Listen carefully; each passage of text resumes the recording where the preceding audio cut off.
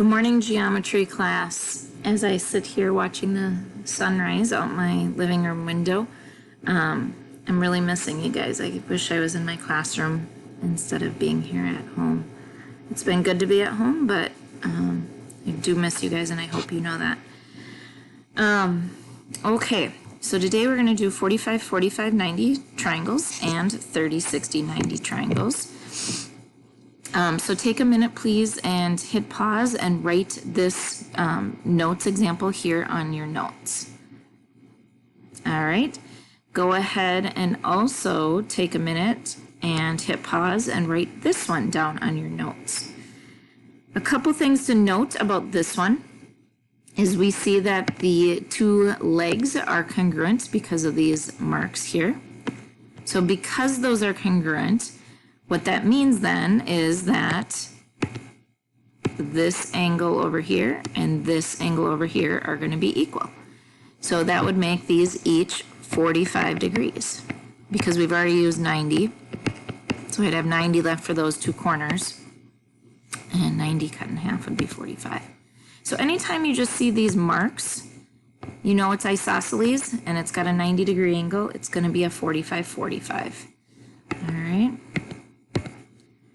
Okay, so let's go ahead and do some examples. So hopefully you took a second and wrote that down in your notes.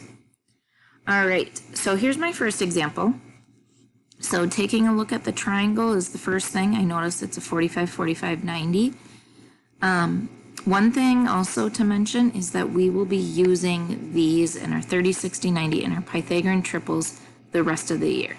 So when we go to find the area of polygons, when we go to find the volume or the surface area of pyramids and prisms, we will be using this all year long. So make sure you are taking very good notes here. And if you don't understand something, pop into the chat room and I'll help you. All right, so again, we've got the two 45s. So that means that this side over here and this side over here are equal in length. So if that bottom is 9, then this side is 9. And then we saw from the previous page that the hypotenuse is always whatever the legs are, so it's also a 9, but it has a square root 2 attached to it. So that's how long that side is. And you could have done the Pythagorean theorem if you wanted. 9 squared plus 9 squared equals hypotenuse squared, and figured it out that way. And it would have given you 9 squared root 2 as well. If you want to try it, you could. Let's see. There. All right. Here's my next example. So on this one, again, I have a 45, 45. This one, they're giving me the hypotenuse. So the hypotenuse is 5 square root 2. So then what that means is that my legs then are just 5s. So I always say, and Mrs. Burns probably remembers this, is that I always go, if it's a 45, 45, 5, 5, 5, and then the hypotenuse gets something extra. It gets the square root 2. So 5, 5, 5 square root 2. All right. So on this one's a little bit trickier. Okay, this square root 3 is a leg. So that means my other leg should also be square root 3. Okay. Then the hypotenuse, okay, so like I just said, square root 3, square root 3, square root 3. All three of the numbers are the same, except the hypotenuse over here gets an extra square root 2. Okay, so now if we type that in on our calculator, our calculator here, all right, and I apologize if you have a graphing calculator, it does not simplify radicals. It doesn't have a mode for that. So make sure, first of all, that we are in mode math print, okay? Quit. All right, now I did square root 3. Now I'm done with that square root, so I need to arrow out. Okay, so then it shows me that it's done. And then times square root 2. Okay, and that gives me square root 6. Okay, so square root 6 is my hypotenuse on that one. All right, just a few other examples. All right, so down here, if this was a 7, this would be a 7, and this would be a 7, but it gets a square root 2 attached because it's the hypotenuse. All right, So on this one, let's say the hypotenuse is 10 square root 2. Well, then my legs would be 10s. Okay. And again, notice that triangle did not have the 45s written in, but we can assume it's 45 because of the isosceles marking. Okay. All right, next one here. Let's say the leg here is square root 8. So then this would be square root 8. So then this would be square root 8. But it gets an extra square root 2. All right. So if we type that in on our calculator, square root 8 times square root 2, we would get square root 16. Which hopefully you guys know isn't simplified. Square root 16 is just a 4. Okay. All right. So next examples here. So if you want to hit pause and go ahead and write all that down, you can. It's 9, 4. It's my fault. All right. Now these examples are a little bit different. They're still 45, 45, but notice it has the hypotenuse is our whole numbers, kind of like that last example that we just did. So if this is 8, remember our second example that we had on the very first page said that it was x divided by square root 2. So the legs are 8 over square root 2. So again, I'm going off of the very first page, this first example that we went over. Okay. All right. So I do want to type this in on my calculator. So what is 8 divided by square root 2? So 8 divided by, and then my square root 2 equals. It's 4 square root 2. Okay.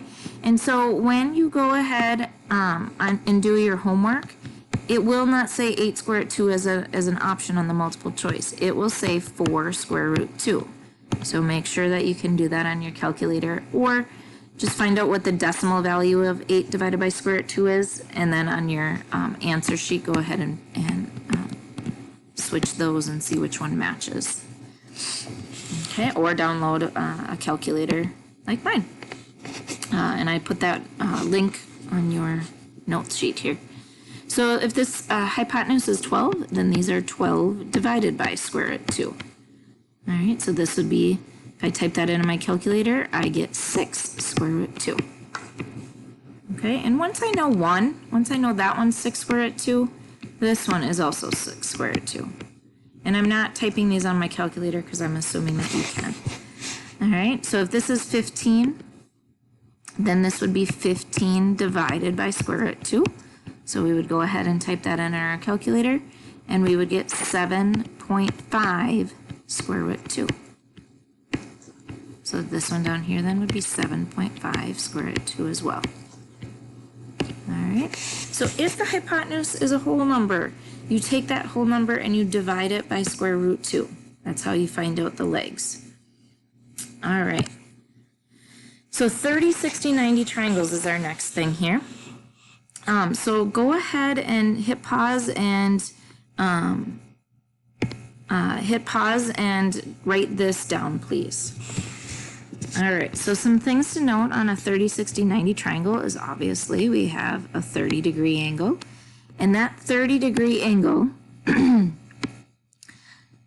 is the smallest angle. So that means this x is the smallest side. Okay? The 60-degree angle is your middle angle, which then means that this would be our medium length side. Small, medium. 90 is our biggest angle, so that means that this would be our biggest side, or large. Small, medium, large. All right. Now, that is the case no matter how the triangle is turned or flipped, right? So again, I was just trying to show you this would be the small, 30, 90. So using the triangle sum theorem, we would know that's 60. So then this would be our medium. and then this would be our large. So the large is always double 2x, double whatever the small side is. Okay, and then the medium side is the same as whatever the small is, but it just has an extra square root 3 attached. All right, so let's try some examples here. So on my first example, I find the side that they give me, okay? So that goes with the 60. So that means that this would be our medium side, okay? So I'm trying to now find the small side over here. So remember, the small was whatever the medium was without the square root 3. So that's just a 6. All right. And then the large is double what the small side is. So we double the small side and we would get 12. Okay. So the small is 6, the medium is also 6, but it's got to be a little bit bigger since it's medium, so it gets the square root 3. And then the hypotenuse is double. All right. So on this one, I know the 90 is across from the 10. So that means that this is the large, right? So the large is 10.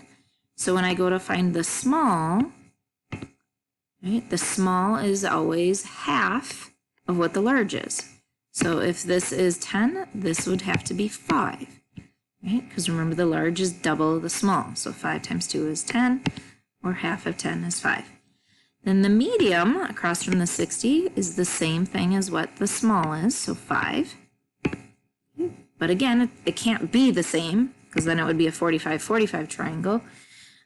It's got to have something extra. It's square root 3, okay? Now, 45-45 has a square root 2 in their problems.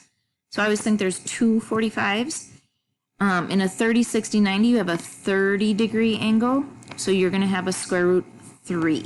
That's kind of how I try to remember those. Right. Next example. So the 4 is across from the 30. So that's going to be the small side. And I would go ahead and I would, when you're doing your homework, I would draw the triangle. Write down small, medium, large. I only gave you 12 problems on the homework, so hopefully you can draw those and write them down. So the medium is going to be the same as the small, but it has that extra square root 3 on it. All right, and then the large is going to be double whatever the small is, so that would make that one be an 8. Okay. All right, one more example here. Now this one looks kind of scary. It's not too bad. So I'm just looking at this. I've got two triangles, one 45-45 and one 30-60-90. All right, so if I look at this 30-60-90, this would be the 90. So this would be the large. Okay. Let's go ahead and get rid of the square root 3 on here. So pretend this is just a 10. Okay, that was a little difficult. So if that's a 10, then my small side, this would be across from the 30. The small side would just be a 5. All right. And then the medium side would be, right, whatever the small is, so 5.